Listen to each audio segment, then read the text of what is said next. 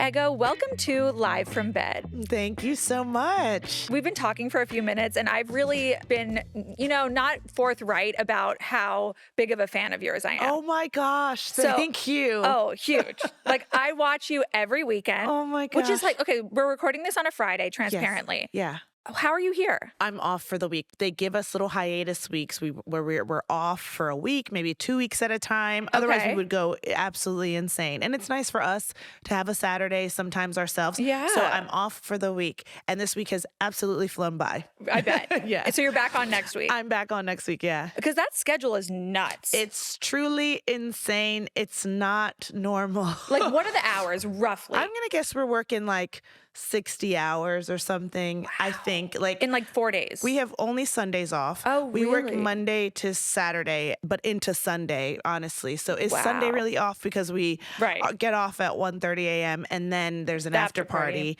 And there have been times I've gone to the after party and been like, I'm actually just going in and going immediately out. Yeah. I'm really good for that in general, in life, not just with the after party. Right. I'm good for a poke my head in. I'm so good at leaving. Yes.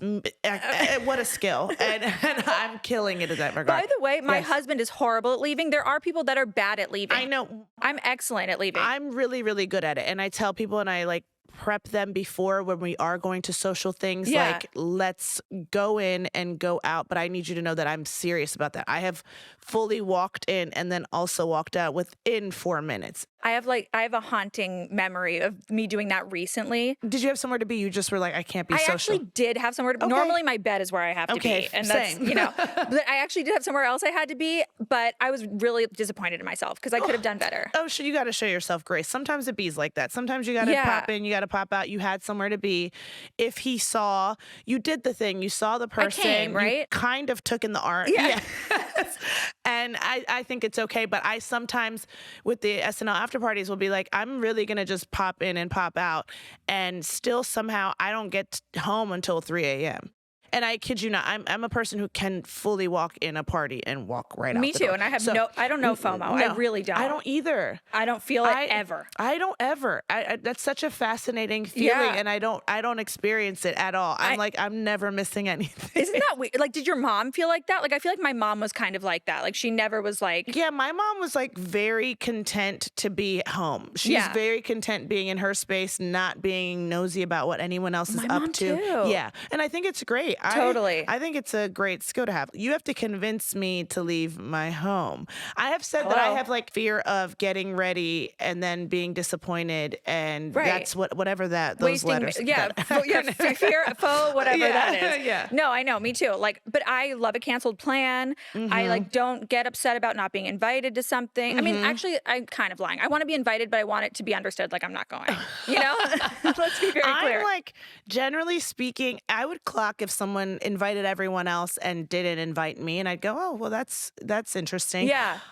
At the end of the day, I'd be like, I don't want to go to your shit anyway. Right. I think they'd be like, you're a frosted flake. Yeah. That's why you don't get invited, because we know you're not going to show. Which is fair. But I love to be home. I love to be in bed. This is a dream right now. Right? We're cozy. Cozy. I know. I am having an interior designer do my home, and my whole thing to her is like, cozy. Totally. I basically want everywhere in my home to feel like I could fall asleep right there. The dining table, whatever. Unbelievable. Yeah. Everything's padded. Yes. Put a mattress pad over the dining table. Yeah, exactly. No, my home is the home of someone who doesn't produce enough dopamine. So I'm like, it's got to be color and like squishiness and all that. I love it, but I respect it. It is beautiful. It's giving me life. We're working on it. We're working. Like, I have a rainbow striped carpet being installed. Really? And then I asked my husband, like, what's your dream home like design? Because, I didn't ask him. Right. In 10 years, I've never asked him. You just kind of went. And he was like, like a James Peirce house? I was like, oh shit. Yeah. Like, it couldn't be more different. Yes, and he's like minimal, like natural wood. I'm like, oh, well, sorry. It's fine. He's gone along for the ride for 10 years. I think it's fine. It's fine. He's a good man. Yeah. Okay, I'm going to forget about all you bitches and just ask all about SNL, because I am so obsessed. Yeah. And it's just a fascinating world to me that I feel like there's some lore, there's some behind the scenes stuff that we don't get to see and don't know about. Yeah. I did a deep dive because I'm crazy. I love it. For the after parties, are you allowed to bring a guest? You are allowed to bring guests, but I will say it's like hosting. You're kind of hosting these people. And Okay. so hosting is more work. Like when we go to the after party as cast, and I feel like the writers and the producers feel this way, anybody who works there, it feels like an extension of work. Like we're still Totally. working. And so people hear after party, and I'm like, it's not so much a party. It's not a turn up. Oh, really? It's not a turn up generally. No, it's a sit down dinner with a lot of people really late at night with like mood lighting. Oh, okay. Yeah. So I kind of saw that in the Kardashians episode when Kim did Yes. SNL. Yes. I feel like she broke a lot of the rules of like telling everyone what goes into SNL. I have not seen that episode. Were you there that night where she met Pete? I guess I was there. Yeah, I was there. Yeah. Yeah. But also, I think we were in COVID times. So we were testing every day, and the after party only happened that season because of protocols with COVID. If the host wanted to basically throw it because Right. NBC couldn't be liable. Interesting. Oh, so you're really like NBC is hosting that. Not of. quite. Okay. Yes and no. No, they're not really. I don't know how it works. So It's funny interesting. because I'm like, now that I think about it, I just kind of go with You're the just flow. like, I and I'm wind up there? I don't know how it goes. Is it at the same place every? No, it's Okay. different spots in the city, but it's like a dinner, and so you can bring a guest, but you kind of it's like a delicate balance because it's like, how much will this person need? Right, Babysitting because totally. I am still working and I'm engaging with my colleagues, and someone might want to come up and talk to me, and now I'm worried, are you alone at the table? So it's like Completely. you have to like curate the experience. That is Yeah. a very important note because it's like it's hard because you're with your colleagues. Yes. It's a weird environment to bring someone Yes, into. to decompress because we go to work at like 11 a.m. on Saturdays, like between 11 a.m., noon, sometimes 1 if you're in a later sketch that's being rehearsed. But I'm like, we're at work all day on Saturday. And so the after party, I'm like, I'm exhausted. Yeah, you're like, I have nothing left and to we've give. been working all week, and that's, so Right. it's not the glamorous thing for. I don't want to speak for everyone in the cast, Yeah. but for me, I'm like, I'm still working and I'm so Totally. tired. And your girl loves bed. So, 100%. you You're know like, you the got places to be. Yeah, I got place to be. Place to be. I Yeah. got place to be. But like, okay, so the after parties, that goes until like 3 a.m. and then you Oh, work on- longer. No. 3 is if I'm like trying to pop in and pop out, and That's the somehow pop in, pop out I hour? still get home and I'm like in bed. I'm in bed by 3, and that's at best. I don't think I was given natural energy. Yeah. In life. Like, I don't think that was part of my genetic makeup. Like, because I'm like, how do people stay up that I late? used to have energy. Like I never have did. memories of a girl who had energy. I didn't even really drink in my 20s, and so like just had energy. Like a natural good time. Yeah, a natural good time, and was like, I'm gonna perhaps behave like the drunkest person here, and I'm absolutely not. But I'm like, I'm down to be out. I'm down to where we going, what we doing. And then it changed one day. I don't know when. I don't think COVID helped it. I think it was slowly changing, and then it became worse in COVID. And then when I started working so many hours a week, it became even worse. Like Right. the combination of all those things, I think, turned me into take me to bed girl. But I've always been a like want to work from bed person. Hello? Like on my That's laptop. where I do my best work. Yeah, exactly. I Same. have started, because I have this podcast, I've started to do Zooms from there because I'm like, you know what? I'm Yeah. sorry. If I'm going to, Yes. I've made it my brand. I have radical acceptance. It's happened. I love that. But no, the after party goes to like 4:30 a.m. and then there's an after party. oh, no. yeah. you are disgusted. No, I grew up in Oprah's America where she taught us never let them take you to the second location in kidnapping.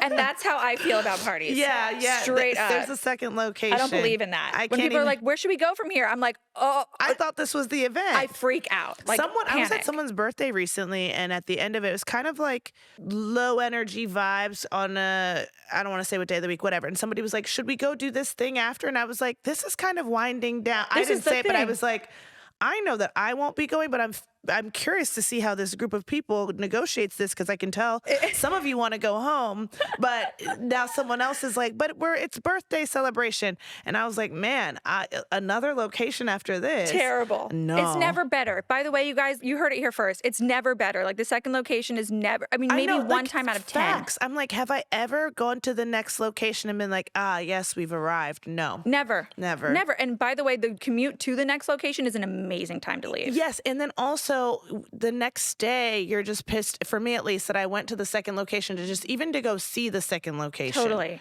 I went to the after party at the last episode, which I've not done since I started working there 6.5 years ago, Right. whatever. This was the Ariana Grande. No, this was Michael Keaton. Oh, yeah. And Che was like, just come on, come out.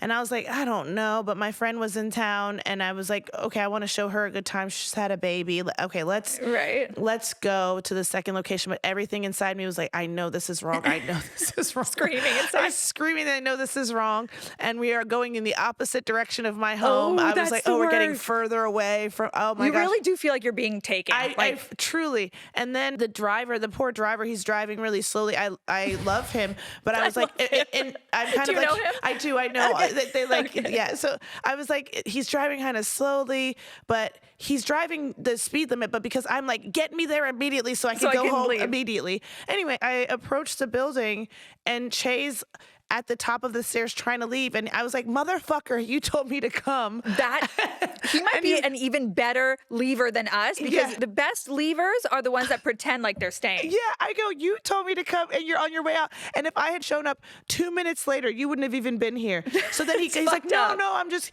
eggs. Like, let's go up. So we go in and immediately go, absolutely not.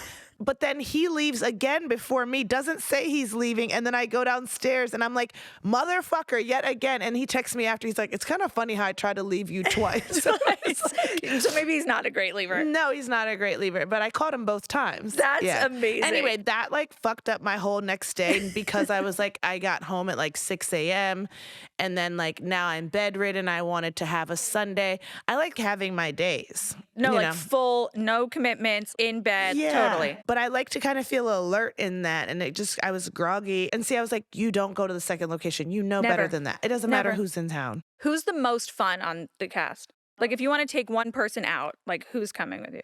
It's gonna be between Marcelo and Keenan. Wow. Yeah. So how old is Keenan like around? Because Marcelo's young. I don't know. Keenan's just a fun time and has such a joyous approach to life. And those two like to go out and they seem like fun. I have told them, I'm terrible for this because actually it's important to me to keep my word by and large. But, I'm an imperfect human. And with with those two, it's been a long running, like, I'm going to go to the club with you tonight on a Wednesday. And I'm like, next week. I go, I need to mentally prepare. So next week I'm going to go. And then I don't. And then one time I was ready last season. I was like, I'm going to go to the club for real. And I'm ready and I'm thinking about it all day. And I'm mentally preparing all day because I do need to mentally prepare. Don't spring 100%. Shit on me. And they were like, we're not feeling the club. And I go, I was ready today. God didn't want that for you. You didn't want me to go to the club. I like how you said you need the whole day because usually I make those commitments in the morning when there's so much promise in the day. Yes. There's a version of me that made plans with you and then there's the version of me that has to go through with it. And they're all part of you, but they're different people. They're different people. Here's the thing is, when I say I needed to mentally prepare, I mean, it's like months in the making of talking to them about it. Like, a Wednesday? Okay, for sure. And then this Wednesday would come and I go, not this one, sorry. Right. And then for this one, I thought on Monday, I was like, I think I could really go to the club with them on Wednesday. And then I was right and they didn't want to go. They weren't trying to go to the club. And so I go, it's okay. Hey, let the record show. You tried. I tried to be in the club with them. That's the best because now you can be like, I tried to go with you and now I don't trust you. And you flaked on me. Yeah. One time. Sorry. No, truly. Yeah. So every weekend I do the opening credit. That's my party trick. That I've memorized everyone's. Really? For you guys, just to tell you about my tricks. The order is in alphabetical order. Yes. But, there's just something about Michael Che, Mikey Day, like that whole, it just gives me, I get so hot and bothered and excited. And I do it every weekend. I come to life because I'm like obsessed. Yeah. But I noticed. Yeah. Tell me, maybe I'm just fucking crazy. Yeah. So you're on the top of the bus. Right? Like I'm on the top of the bus. Yes. No, I'm dead serious. I love this. I'm obsessed. Okay. But the pronunciation of your last name changed in the last episode. I feel like they finally got it right. I have never heard it. I mean, in the halls, because we're doing dress rehearsal, I've actually never paid attention really to it. And I saw someone said that to me recently, like in a comment, and I was like, oh, is that so? Like, I think first episode, they were like, I saw your name or heard your name was pronounced differently or something. And this I was so like, validating. What did Daryl say? It was more Nwodim. Nwodim was first, and now it's Wodum. Yeah, it's No. Wodim. Yeah. Okay, yeah, that's correct. I think he forgot then. That is, thank you for telling me. I can't believe that someone validated that experience for me. Yes, because a comment said that, and I was like, I don't know the credits. I have seen them sort of like the intro music of the show. It's like seeped into my bones and my psyche, but it's like in my subconscious. You like don't even hear it anymore. Yes. Well, also during that time, how long do they have to change that from the first sketch to the opening monologue? They have to like change the whole stage like in 1 minute and like 30 seconds or something crazy. Oh my goodness, you know this? I don't know. No. I feel like I Are you love scared this. of me? I'm no, I obsessed. love this. I don't know, but that sounds, honestly, Jade, that sounds really accurate. Yeah. That sounds accurate to me. Because that's probably, you guys are like changing and shit. And yeah, doing all that I feel during because we're running around. I'm like, I never thought about how little time those guys have to get the set ready. But 8H is smaller than people think. And oftentimes when people come to 8H, they're like, oh, I thought this was going to be a lot bigger than it is. And then they get there and like, all these sets, like, how does this work? It's Our crazy crew's to incredible. See. It's incredible. I've been once when I was in high school and I'm dying to go again. Yeah.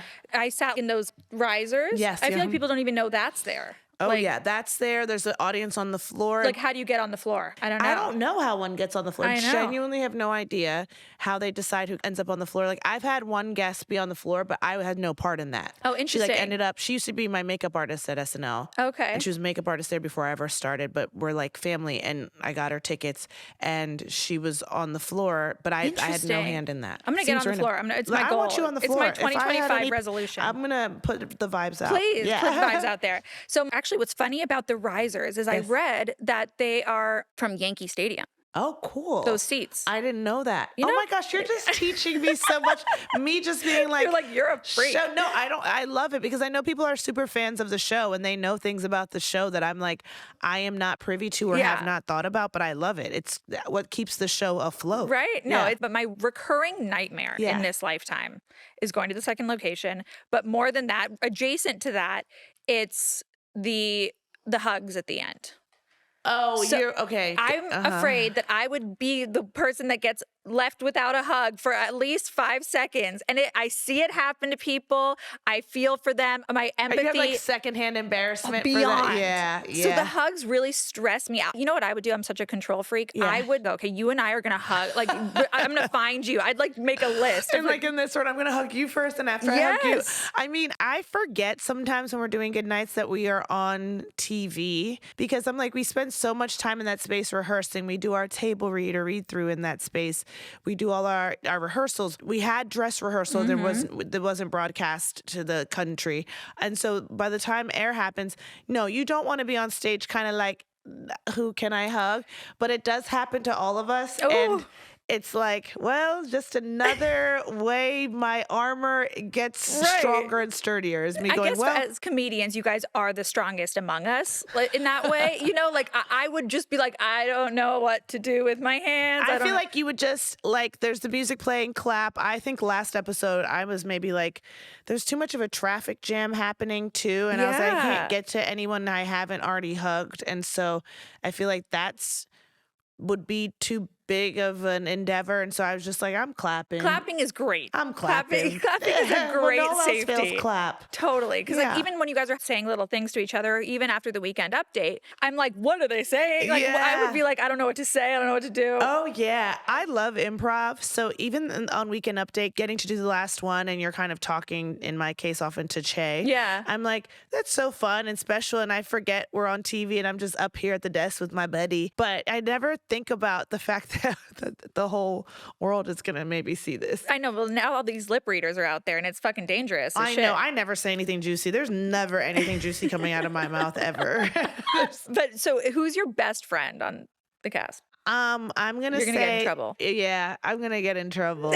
I have some really good friends. There's a few. It's Heidi. Okay. I would say, bar none. We're neighbors as well. Like deep heart friends. Like Heidi, I would have to say. I feel like some people, Marcel's gonna be mad. Keenan will be mad. He ditched you going out. Yeah, exactly. Sorry. Guys, I tried to go to the club with you. Yeah, Heidi would never do that to you. No, she would never. She wouldn't try to go to the club. Exactly. Which are the best kind of friends. Yeah. So how many years have you been on? I came on 2018. This is my 7th season currently. Yeah, can you believe that? Life comes at you fast. That's not. I didn't realize that Keenan is the longest running. Yeah, and I think he's up to like 20 something seasons. I think the prize prize is stability. Okay. Career stability. Pride and stability. Yeah, I'm like, that's, I think, his prize. And like, he knows people are going to write for him and he'll be in sketches because he's so reliable and so funny that like, there's a comfort and ease I think he has that some of us don't because we haven't been there as long and we haven't earned those stripes. Totally. And so it's still a crazy grind in a different way for us. But Keenan's the best, though, too. He has just such a positive attitude and he's so kind and such a great leader. Yeah. From what I can see on TV. He's amazing. But I did know that like some sketches get cut literally like that day. Like if Lauren doesn't think they're funny. Oh, well, no, it's not up to Lauren. Like we have a dress rehearsal and it's sort of a trial audience or trial. We're doing a trial show for a trial audience because up until that point, we have not performed these pieces for anyone but each other. Right. And in-house. And so the dress rehearsal allows us to know how does the sketch really work on its feet when the set is there and the costumes are there and we're seeing it now all come together in front of an audience of people who are here to laugh. Okay, they're not laughing at it the way we thought it was funny. It's probably going to get cut. Sometimes that's not the reason a thing gets cut. But it's just, it's not a Lauren going, I don't like that thing. Because if it kills at dress rehearsal, and even if Lauren doesn't like it, he'll put it in the show. Right. Yeah. Have you ever been upset about a sketch that didn't make it in? We are all upset about sketches that don't make it in. Yeah, that's like, yes, that's hard. Of course. Yeah. But I also am a person who I'm like, if the sketch was mid for me, if it's my piece, I'm like, I don't need it to go in. There are people who are like, even if it's mid, they want it to go. And I'm like, I don't need a mid thing out there. So, but, so it's a thing where I go that if it didn't work, it didn't work. Or if it was like pitter patter laughter, like we don't have to do it. Of course, I wanted it to work, and so that's disappointing. Right. But like if it didn't work, whatever. I got respect. Yeah, I feel like a live audience is obviously like in comedy. If you're doing stand up, you're used to that, but a live audience is terrifying because you're in that moment, you're knowing whether you sink or swim. Yeah, in real time. And something could be like you do a sketch and you have to complete the sketch. But like if they don't laugh at that first turn and the whole joke of the sketch and what the sketch is going to be for the next 4 minutes, you're like, oh, well, damn, we do have to complete this sketch. Right, we got to keep going. Let's turn it into a play. Did it used to fuck with you more than it does now? Or is it one of those things that like you have the next week, like you have another at-bat, you're ready to go? I don't want to say I'm an interesting case in this way because there have been a ton of legends who came before me, but I really like what I said about like a sketch not working and being mid and me going, yeah, it got cut. I'm disappointed it didn't work, but I'm not going to be like, you guys need to put that back up. I'm like, it didn't fucking work. So it's crazy because we all want to score every week. And yes, there's next week, but we don't know if we're going to get to score next week. So if we get the chance to go up and put a thing up at dress rehearsal, we like, of course you want it to go well because I don't know what next week holds. I don't know what the host is going to be good at and if my sensibilities are going to align with theirs. And that's right. You have like a new actor. Yeah, or it's literally person. new every week. It's every single week is a new case to crack, if you will, and be like, I like this thing, or this thing is happening in the zeitgeist, or this is topical, or this will work for this week because this, but oh wait, shit, what role will the host play in this? Right. I haven't talked to them. I have to meet them, and I don't get to meet them till pitch on Monday, but then Tuesday is when we get to like sit with them if we'd like to for a little bit. And you can have this great idea for next week, but if you can't find a way for it to work for that host, it's probably not going to see the light of day. That's so interesting. Yeah. Like that you guys get to sit with them and talk to them to try to create like some sort of chemistry, I'd imagine, right? Like the meeting's really brief. It's not like a come kiki in my office like for half an hour meeting, but it is, or an hour. It's like usually like 10 to 15 minutes, maybe less with them. And so it's an interesting dynamic over there in that way because it's truly brand new every week. And then some people you're like, I absolutely hit it off with them and our sensibilities like align. And that was so fun. Or they were willing to kind of just go with the flow of the show and not try to micromanage. And to be fair, honestly, like I think about like, man, if I were to host SNL, if I never worked here and I were to be a host on SNL, would I try to micromanage? And I'm like, man, my instinct might be too, but those are never the best episodes. Yeah. Interesting. Because there are the good ones, or like the people that make it easy and make it fun. And then there are, as I've known with my show, there are, the assholes, or, there are the ones that are not as And fun. it's like, oftentimes I feel like a lot of that can be chalked up to like anxiety or like you just don't trust because like you don't know us. This is a new environment. This is a new endeavor. Oh my gosh, you're going to do a live show. Oh, and it's comedy. I might not do comedy. I might be a singer. I might be an incredible dramatic actor who's known for their drama and never stepped out of my comfort zone in this way. Totally. So I'm sure it's like anxiety. I want to have grace for that. At the same time, I'm like, man, if you relinquish some of that control, which shit I can preach to myself about relinquishing control, you're likely to have a better episode, oddly enough. Wow. Yeah. But you know what? I would really like to be a fly on the wall of the SNL group chat. Are you guys ever like, how the fuck are we going to make it through this week? No, I mean, I feel like people have their like side chats, but our text is like, hey guys, pitches at 5 on Monday. Oh, come on. There needs to be like an after hours one. There's no juicy. That would be too many people. There's too many. I feel like too many liabilities. Too many liabilities. I feel like something would surely get leaked somehow, and nah. But I bet your shit talking is a great experience. If I'm being really honest, I'm like, I don't find myself talking too much shit because I don't want to be talked about. That doesn't mean people aren't talking about me, but I'm like, I don't want to be talked about. And so that is such an evolved way of thinking. Well, thank you. But listen, have I ever talked shit? Surely. But I try not to because I'm like, one, it's exhausting and I would hate to be talked about so badly. So, totally. But I know people I'm sure are frustrated with hosts sometimes and understandably so. It's such a like pressure cooker and it's so intense and we're creating a brand new live show in a number of days, in a matter of days, I should say. And yeah, that's intense for everybody involved. No matter how many times we've done it, no matter how many times the producers have done it, it's like high stress, high pressure environment. And so, yeah, I'm sure shit's getting talked and like chalk it up to the game. Charge it to the game. No, totally. Is there a sketch that you were like, that's going to bomb and that like took off? Rarely have I thought a thing was going to bomb and then it killed.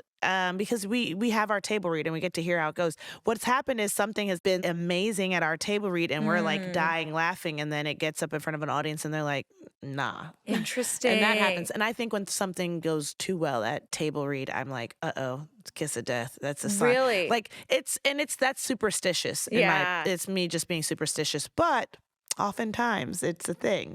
Like, okay, what about Lisa from Temecula? That probably always killed. That killed at table read. I was having so much fun doing it. It absolutely was fun for people watching us do it during rehearsals, like the crew and stuff. That was cool to see them come to life. At dress rehearsal, it absolutely bombed. There was a bunch of technicalities, like much to everyone's surprise.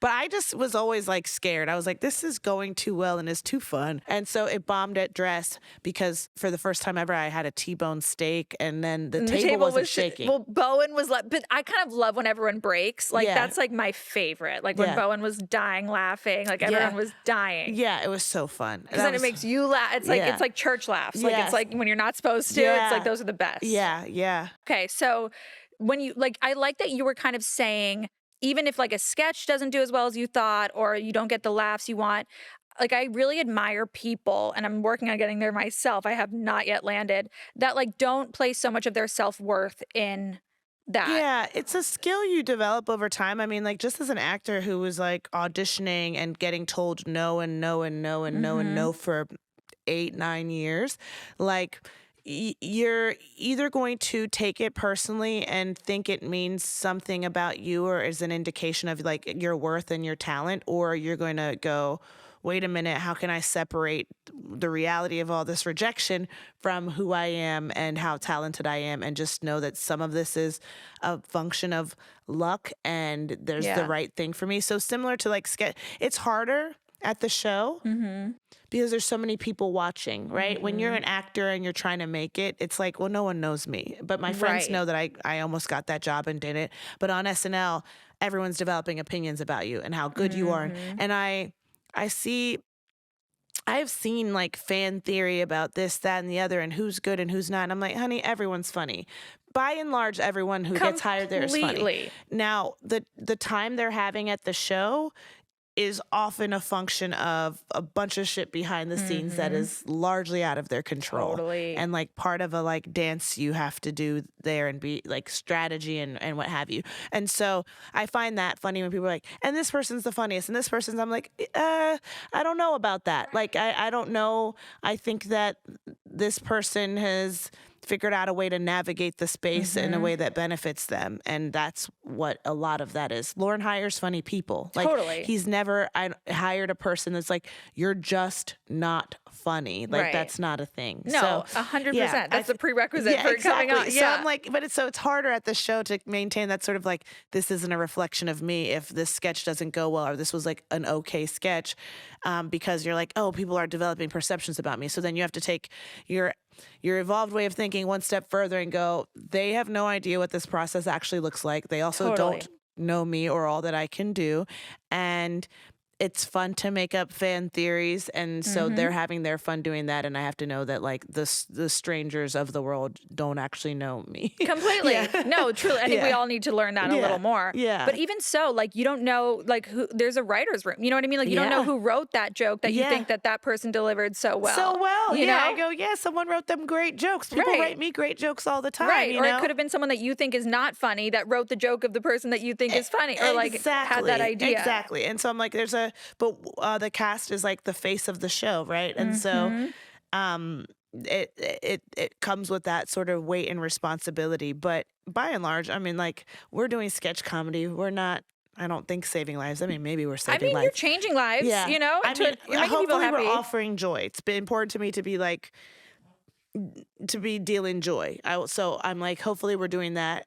But otherwise I'm like, it doesn't have to be that deep. Right. You know? It can just be Domingo. Yeah, it could just be Domingo. And like Googling him at the Marriott, Googling Domingo just to make sure he's not psycho, something like that. But like that sketch, it's all over, it's everywhere. It's everywhere. I am stunned.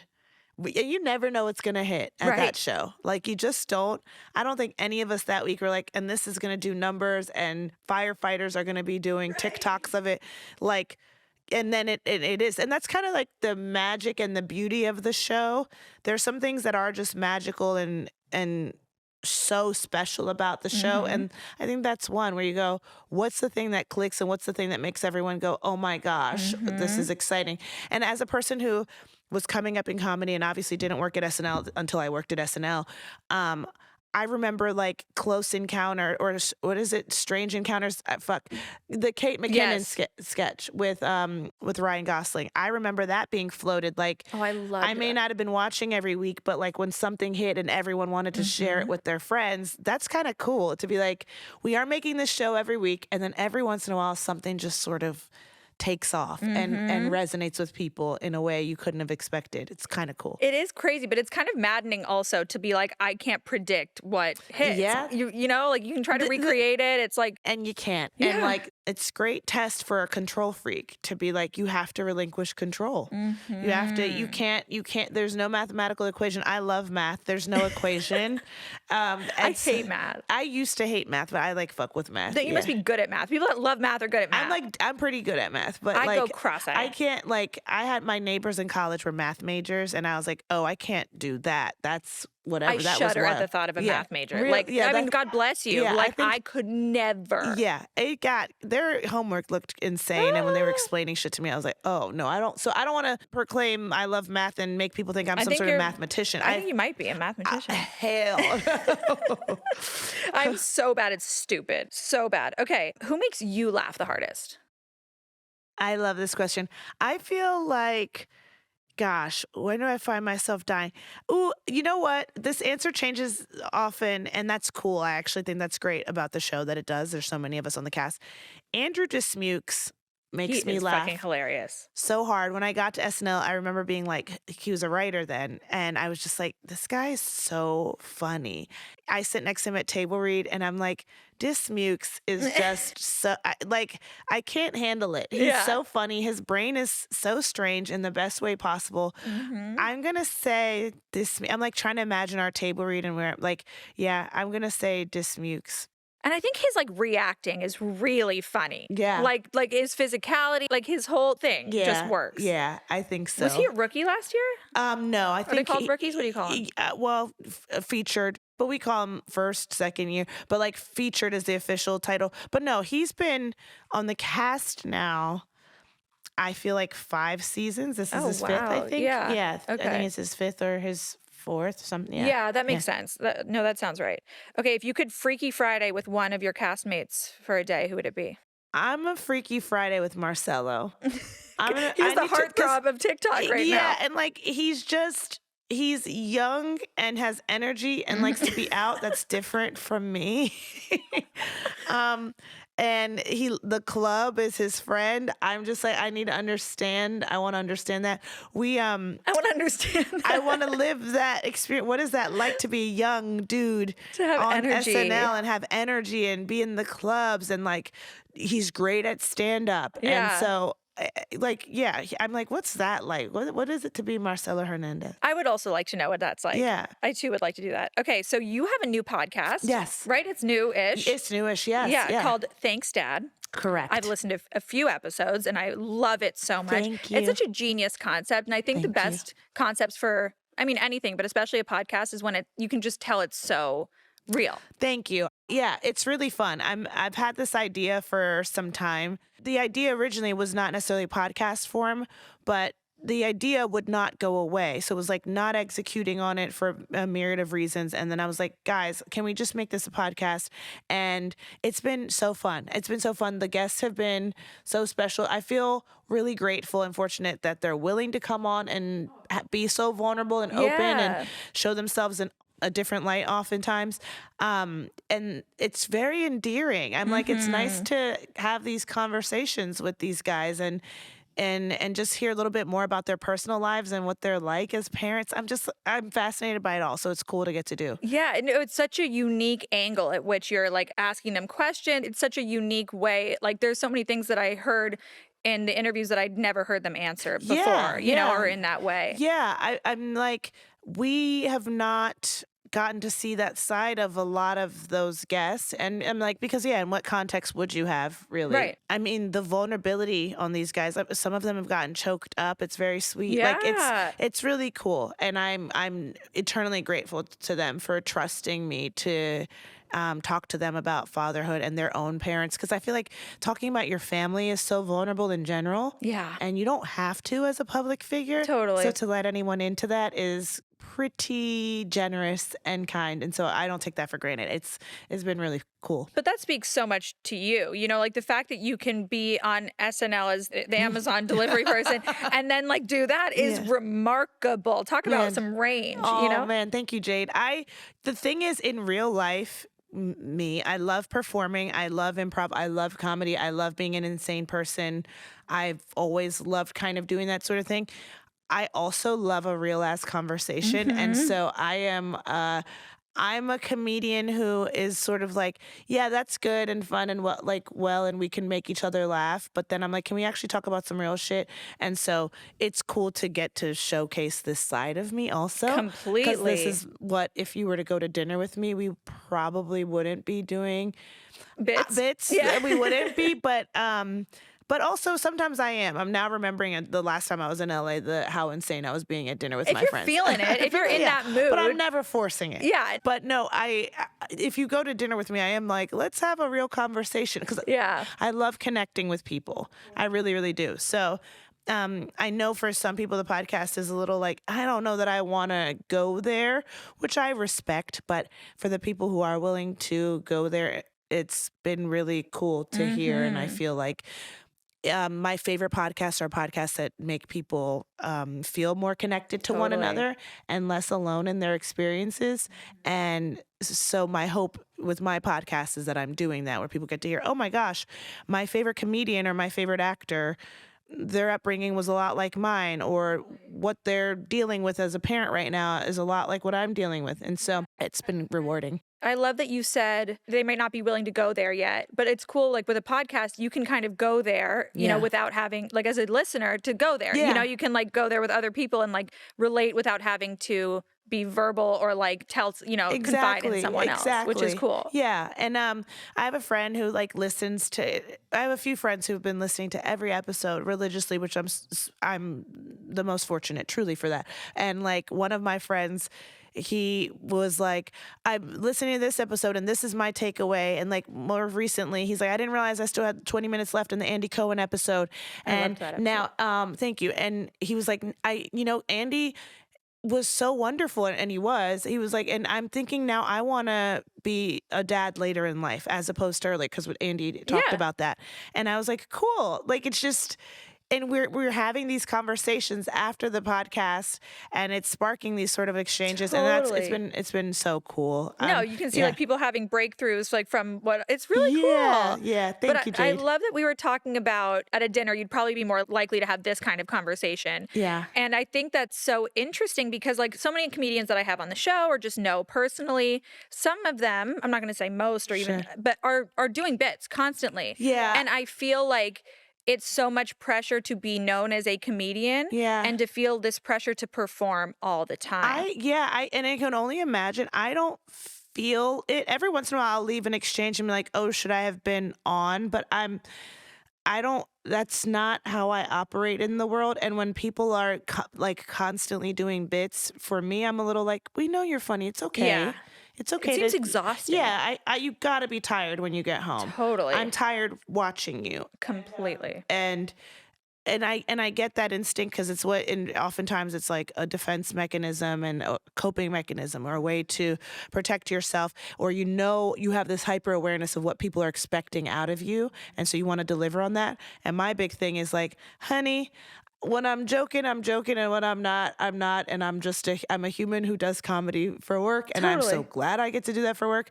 It was a dream of mine, but we don't have to be on all the time, and in fact, I just imagine that's exhausting, and I just don't feel that pressure. I'm very like, I know I'm funny. Yeah. You know I'm funny. You probably see my work, and that should be enough. And you contain multitudes. Yes, exactly. Yeah. Okay, so your podcast is called Thanks, Dad, as we said. Yeah. Can you tell us where that title came from? Was there a moment that inspired this podcast? So, I was pitching a show back in 2018 before I got on SNL, and with Paul Scheer and Kevin Hart came on board to EP, and we had an offer from Comedy Central, and then I got SNL, and that all went away. But I didn't have a name then, but the name, the concept again has like always been percolating in my head. And so the name itself, I was then like developing another show, and it's like fun to me to name things. It's like fun to name a sketch. It's fun to name a show. It's fun to name a podcast. And Thanks, Dad, I feel like that I was developing the show and it was like, thanks, Mom and Dad. And now I just used it for the podcast. But it was, even then with the thanks, Mom and Dad, it was like, that could mean anything. That could be sincere. It can be sarcastic. Right. It could be it could be whatever you want it to be. Yeah. That's and so true. I like that about it. And I wanted a title for the podcast that could be whatever people wanted it to be, because I don't know what the conversations I'm having with each guest are going to sound like and look like. If people are going to feel gratitude for their upbringing, or if they're going to feel uncomfortable about their upbringing and feel like they have, regrets about the way they were raised. And so a lot of these dads themselves, like, I don't know how they feel about fatherhood or parenting and what challenges they're facing. So I wanted a title that could be sort of whatever you wanted it to be or whatever you wanted to make of it. And it's kind of loaded. And I thought about the convenience store bags that say thank you. And then I was like, the baggage of fatherhood and parents. And anyway, yeah, I love to come up with a title. I'm like a big fan of hip hop and a giant fan. And so I'm like loving song titles, album titles. Like a double entendres. And the double entendres of it all. Yeah, that's my shit. That's amazing. And that really resonates with me because as I get older, I when you're younger, you have more angst for your parents or what your upbringing, the shortcomings, whatever.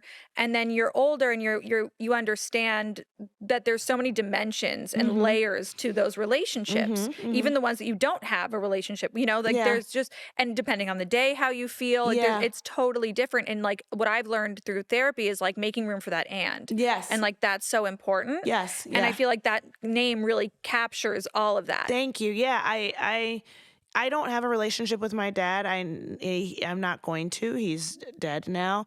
I don't feel some grand loss in that regard. But people have tried to assign meaning to that for me, and I wanted to like take ownership of that narrative. And there's no shame in not having a relationship with a parent for one reason or another. I don't think people should feel shame about that if that's just the cards you were dealt, again, for one reason or another. And so I'm like, I'm happy to talk about it. I had friends in college who'd be like, you don't really talk about it. And like, I feel like there's something there and it's loaded. And I was like, oh, I don't talk about it because I don't think about it.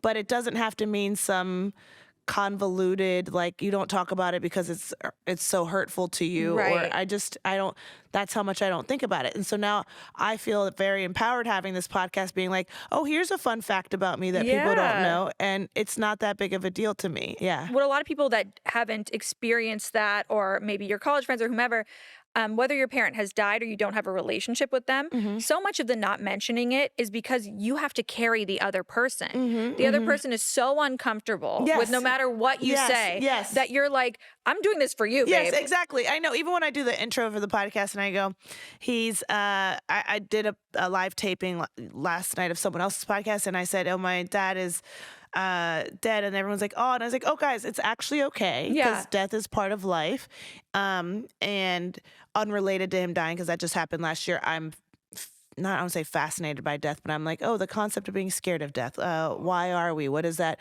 Anyway, but I go, it's not a sad thing, but I feel the need to make people comfortable. And I'm doing it for you to make, and I'm letting you know, hey, this isn't a sad podcast. Yeah. It's not a sad situation for me. I think it's fine. I think people have different upbringings, and if mine felt pretty damn complete, and so I think I turned out okay and measured, and thank you. 100%. And so I'm like, it's not sad, but you feel the need to sort of like take care of people. And when you say the not mentioning it, it's like, well, oftentimes because someone made their own peace with it, and it's not. I guess I could walk around and be like, I don't have a relationship with my dad, and like that be my freaking badge, but I'm like, it's just not a huge part of my identity and something I think about, and I'm not trying to elicit sympathy. I'm not I'm not looking. You're not trying to. It's not. I'm not. It's not that deep to me.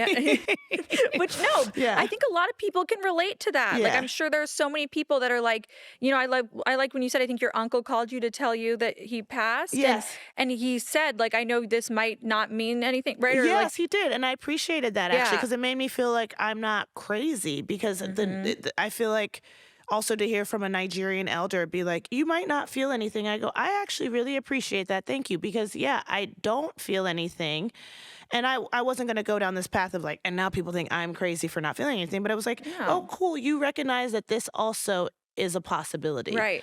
That we're not living in a movie. We're not living in a TV show. This isn't, my life is not This Is Us. Yeah, great show, by the way. But 10 out of 10. 10 out of 10. But I'm like, we're not living in a movie. And so you recognize this other possibility. And I appreciate that you recognize that. And I'm like, and that possibility that you've now mentioned is in fact how I feel. So it makes me feel like you understand that and are not trying to put something on me that I don't feel, and that is not true to me. Completely. And so I appreciated that a lot.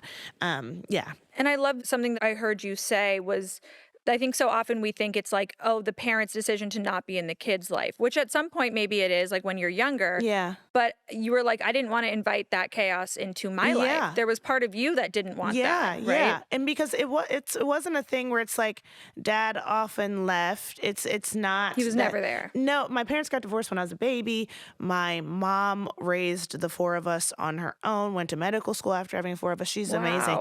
My mom is such a like peace forward person, almost was too peaceful Mhm. that it's like, I don't know where the disconnect happened with visitation, but I never enjoyed going on visitation. And I did Interesting. at times. And I'm like, I don't enjoy this. Yeah. I don't have pleasant memories of it. Not because anything so bad happened to me. It was just like, I don't want to do that. I want to be with my mom. Right. And so, She fulfilled you. yeah, yes. And so as a parent, and so then when I got to my teenage years, I feel like a similar, like, okay, well, do you want to go to North Carolina every 3 weeks to go? And I go, I like my life here in Baltimore. I don't want to come. No, not really. And Totally. I don't really feel connected to that person. And Mhm. then the one time we talked, I was like, yeah, I think this is maybe someone who's a little more chaotic than I'd be interested in. And so, yeah, and that's okay.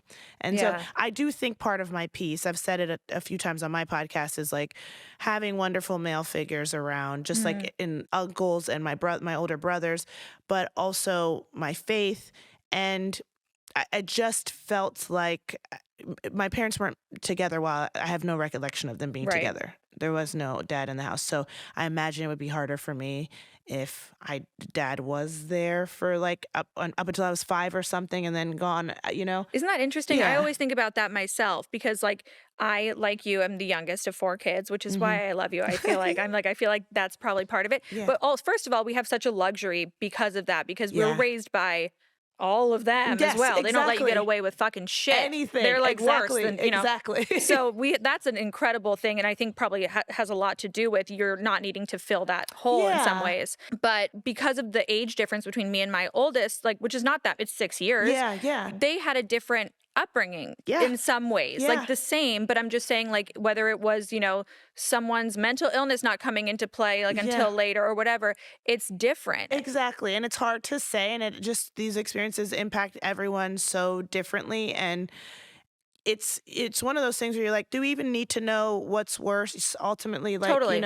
I can only, and I'm very mindful that I can only speak to my experience because this was my experience. Hmm. And I know how it impacted me with my sibling lineup and all of that, but I can't speak to someone else's experience. I just know that I know what I know, and I'm grateful for it because for me, it allowed me I have a lot of peace about that. I'm like, You're like, look at your life. yeah, look at Yeah. my life. It all worked out. I'm Yeah. fine. And now I have a podcast called Thanks Dad. Amen. Yeah. You're laughing straight to the bank, Yeah.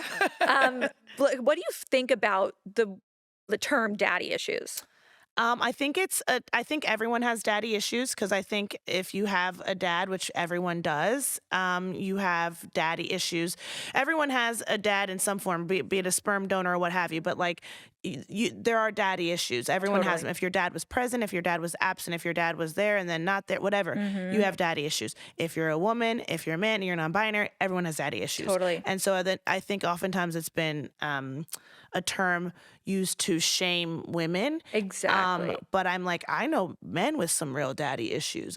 More, maybe. Yeah. Yeah. And so I'm like, I don't think it's fair to use that term to shame, frankly, anyone. And so I'm like, yeah, everyone's got them. If you could have had the best dad, by the way, like TV dad, right out of a sitcom, and then you have an issue with how overbearing he was, or Can how I be honest? yeah. Those people like that have the sitcom dad are the most fucked up. Yeah, It's weird.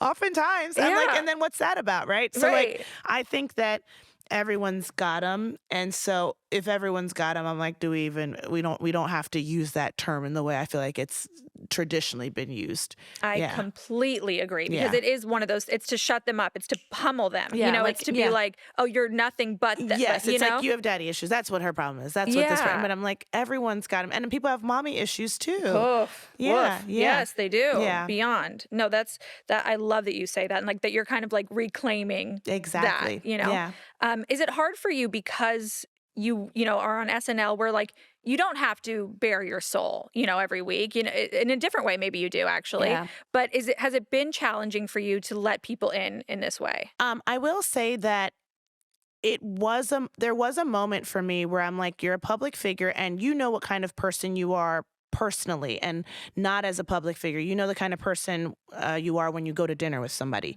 How much of that do you want to share with the world? And so it was this I did take a beat to think about, like, do I want to put this out in the world? Do I want to share this part of me, this side of me? And when I say this part of me, this side of me, I'm not talking about the part of me that doesn't have a relationship with their dad. I Right. just mean the part of me that's like, I want to have vulnerable conversations Mhm. with people and I want to connect with people. Um, is that something I want to be up for consumption in some way? Um, and then ultimately, I was like, this is important to me to make people feel connected. It's important for me to make people feel joy. So I get to do that with SNL. And then with the podcast, I believe I get to make people feel connected. And so I had to go, yes, you're going to be showcasing another side of you, but I think it's worth it because it will serve this purpose. And so I had to put my own little concern or reticence aside and go, it's for a greater cause. Yeah. Completely, completely. I love that you're honoring both sides of you because we Yeah. all have both two sides, and like the luckiest people in the world are the people that get to have careers that honor both of those. Yeah. So that's Yeah. amazing. You're incredible. I could Say sit with you thank you. I forever. know. Thank you so much for doing this. Thank you for having me. You've been Thanks, so wonderful. guys. Thanks, Bye. guys.